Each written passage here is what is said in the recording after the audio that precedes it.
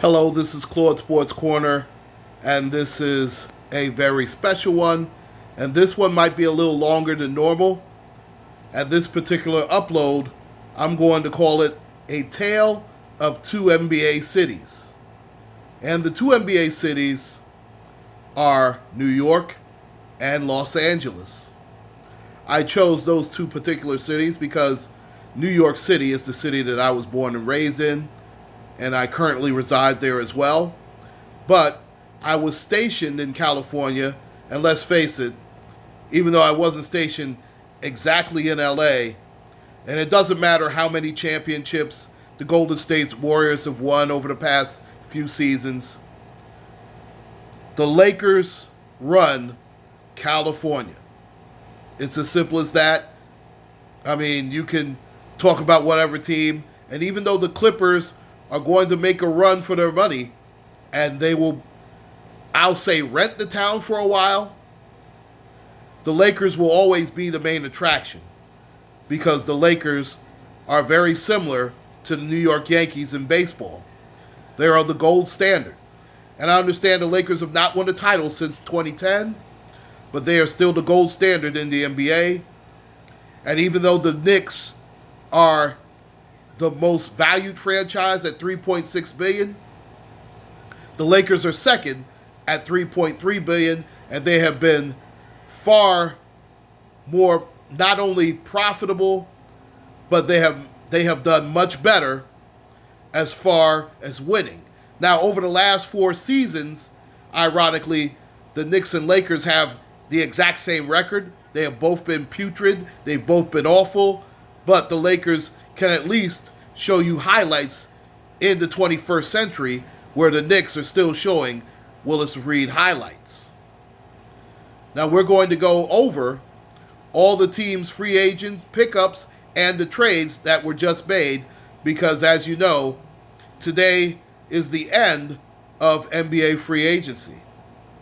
So they've made all their signings, and here are the significant deals that are done by each team.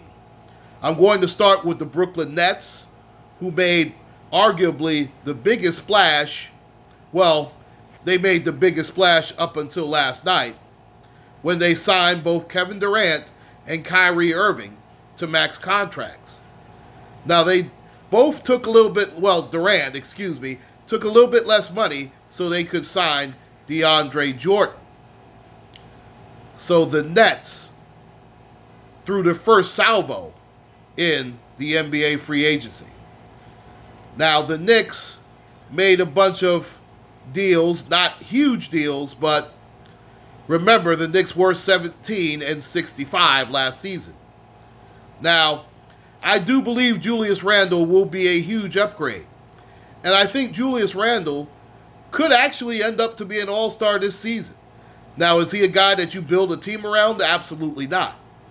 But you cannot sneeze at the fact that he averaged over 21 a game and gave you close to 9 rebounds a game. That's going to improve this season. And if you notice, he added the three-pointer to his repertoire. He averaged about 40% from 3, and he shot it about 3 times a game. Not bad. I mean, not great, but let's face it, Julius Randle had no type of three-pointer whatsoever when he came out of Kentucky. Now, they also added a bunch of bit players, as I like to call them.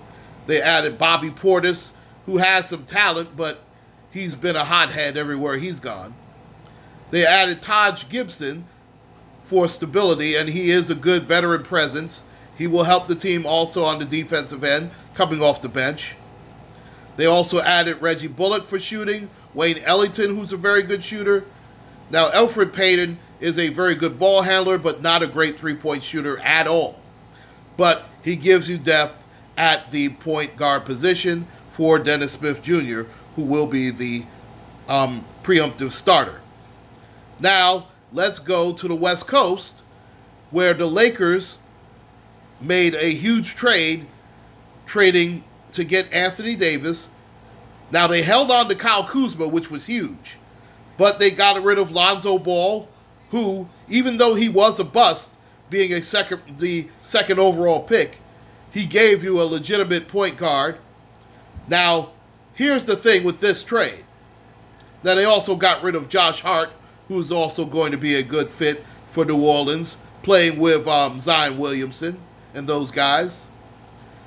But here's the problem with the Lakers. They don't have that much cash left. After signing Danny Green, they have about $26 million left over 7 roster spots. That's not that much money, especially when you're looking to add veterans, because you want veterans to play with LeBron James and Anthony Davis. There is no contingency plan. Now, you also don't want LeBron James to have the volume of usage that he normally has.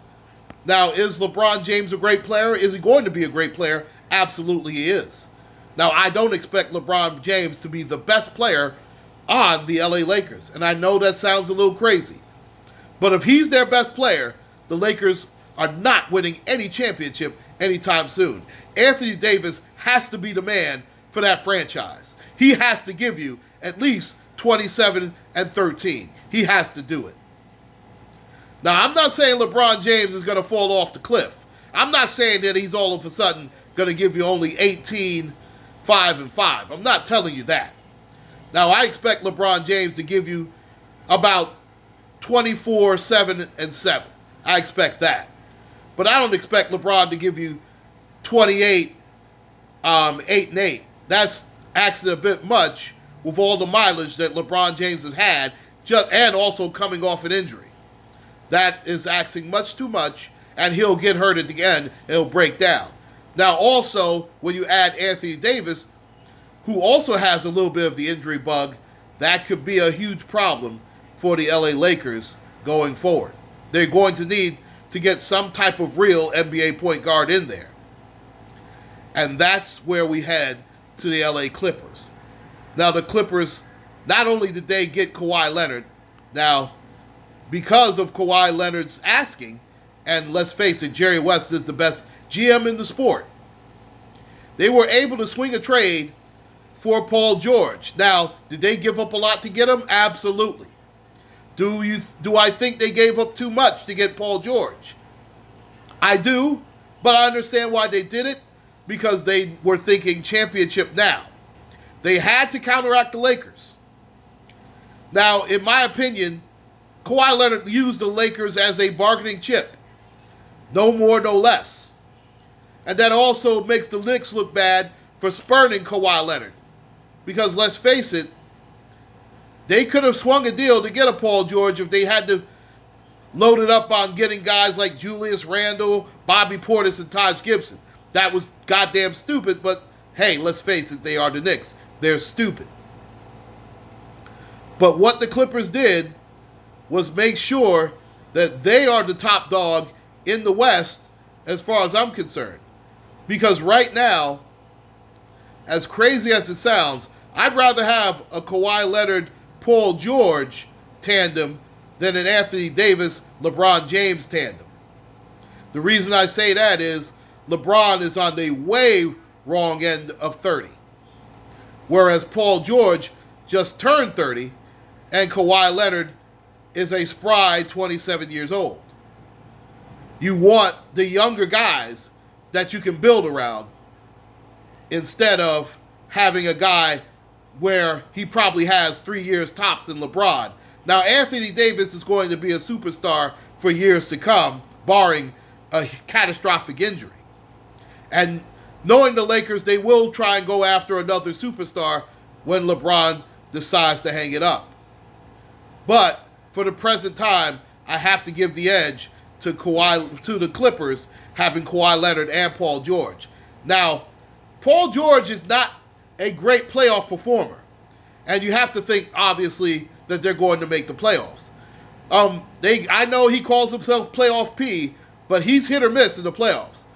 But to counteract that, of course, you have the great Kawhi Leonard. Kawhi Leonard is coming off one of the top 5 performances in the playoffs of all time, in my opinion. And that's by guys not named Michael Jordan.